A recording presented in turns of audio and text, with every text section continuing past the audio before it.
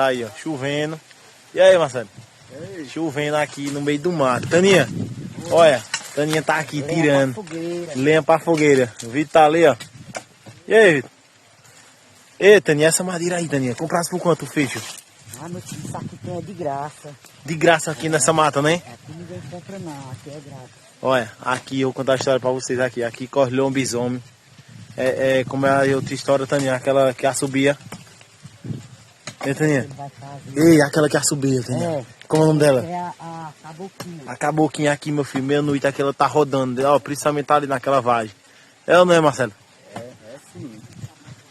Olha, vou contar pra vocês aqui. Nós tá doidinho pra ir embora, que estamos ouvindo coisa aqui já.